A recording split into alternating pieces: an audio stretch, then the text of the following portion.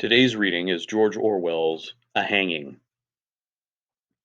It was in Burma, a sodden morning of the rains. A sickly light, like yellow tinfoil, was slanting over the high walls into the jail yard.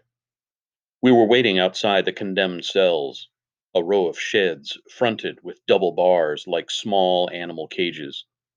Each cell measured about 10 feet by 10 and was quite bare within, except for a plank bed and a pot of drinking water.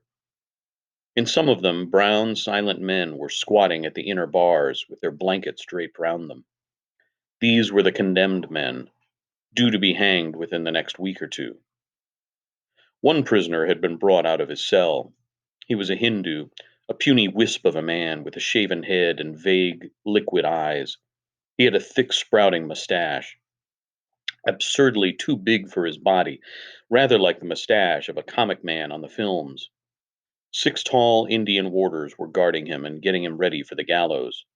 2 of them stood by with rifles and fixed bayonets, while the others handcuffed him, passed a chain through his handcuffs, and fixed it to their belts, and lashed his arms tight to his sides.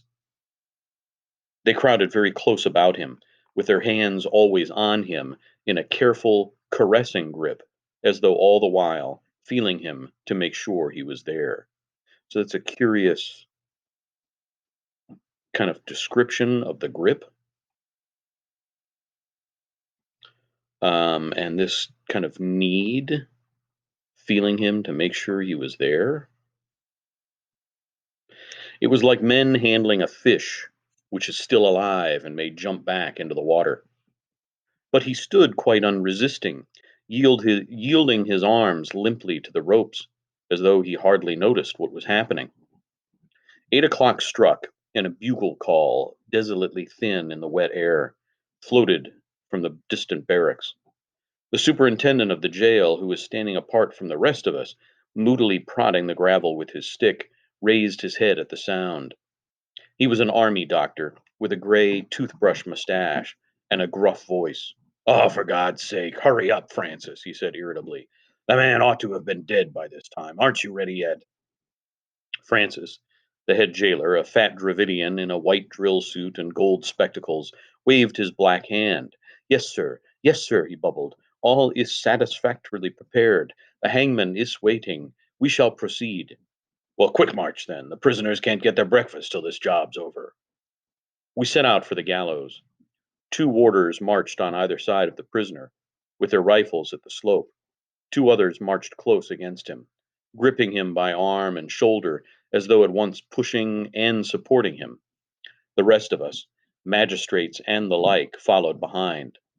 Suddenly, when we had gone 10 yards, the procession stopped short without any order or warning. A dreadful thing had happened. A dog, come goodness knows whence, had appeared in the yard. So this dreadful dog, why is it dreadful that this dog suddenly appears in the yard? Apologize for that other mark earlier there. It came bounding among us with a loud volley of barks and leapt round us, wagging its whole body, wild with glee at finding so many human beings together. It was a large woolly dog, half Airedale, half pariah. For a moment it pranced round us, and then before anyone could stop it, it had made a dash for the prisoner, and jumping up, tried to lick his face. Everyone stood aghast, too taken aback even to grab at the dog. This business, the entire business with the dog is fascinating. Why are they so stunned by the dog? What's going on there? "Who let that bloody brute in here?" said the superintendent angrily. "Catch it, someone." A warder, detached from the escort, charged clumsily after the dog, but it danced and gamboled just out of his reach, taking everything as part of the game. A young Eurasian jailer picked up a handful of gravel and tried to stone the dog away, but it dodged the stones and came after us again. Its yaps echoed from the jail walls. The prisoner, in the grasp of the 2 warders, looked on incuriously as though this was another formality of the hanging. It was several minutes before someone managed to catch the dog. Then we put my handkerchief through its collar and moved off once more, with the dog still straining and whimpering. It was about 40 yards to the gallows.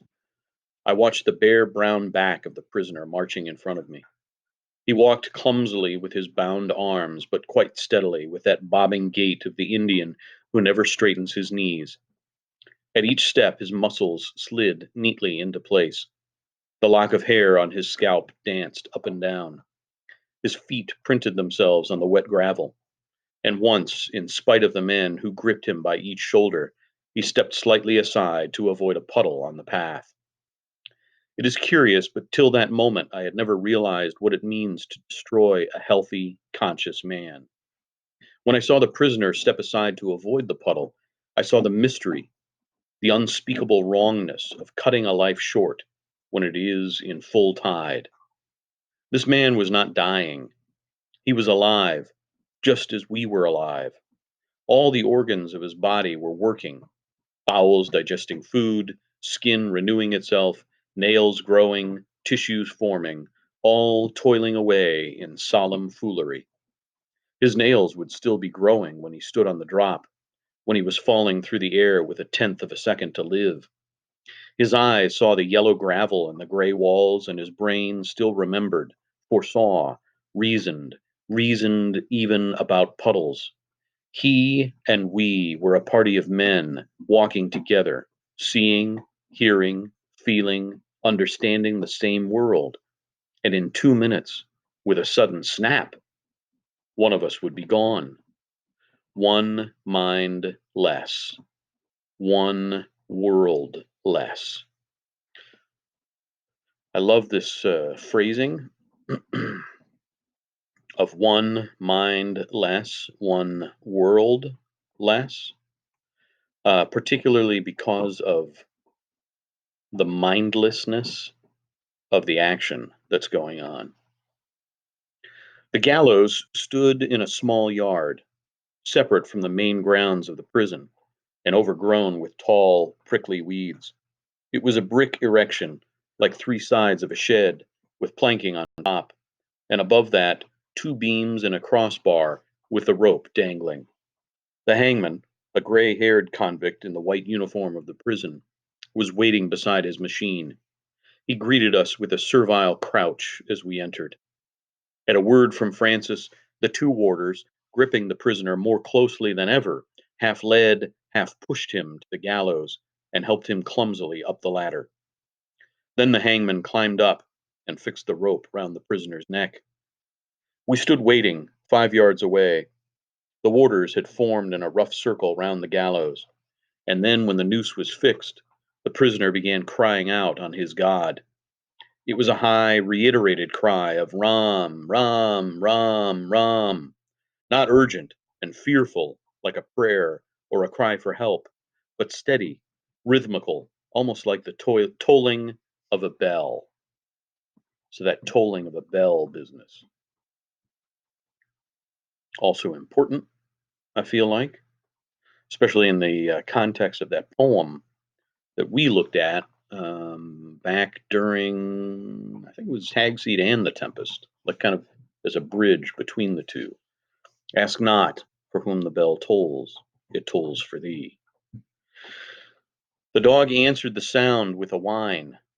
The hangman, still standing on the gallows, produced a small cotton bag like a flour bag and drew it down over the prisoner's face. But the sound, muffled by the cloth, still persisted, over and over again. Ram, ram, ram, ram, ram.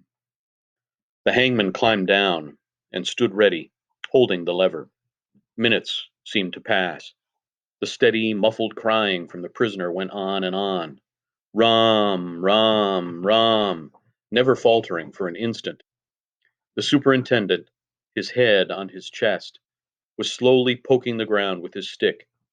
Perhaps he was counting the cries, allowing the prisoner a fixed number, 50, perhaps, or 100.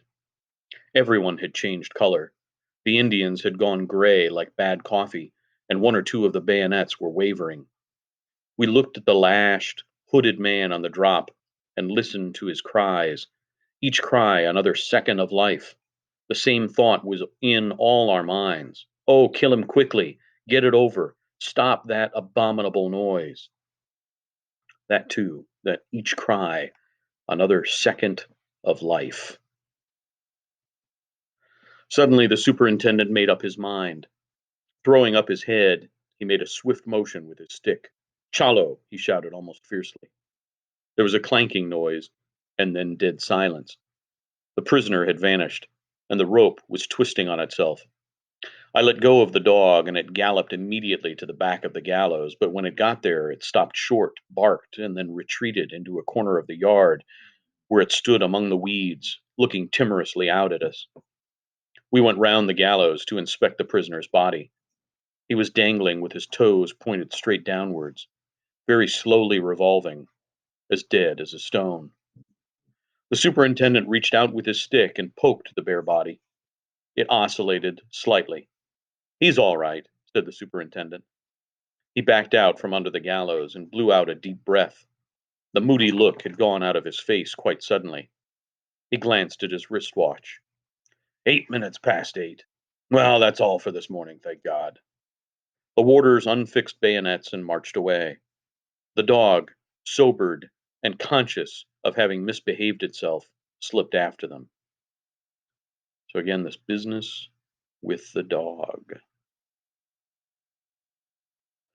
We walked out of the gallows yard, past the condemned cells with their waiting prisoners, into the big central yard of the prison. The convicts, under the command of warders armed with lathies, were already receiving their breakfast.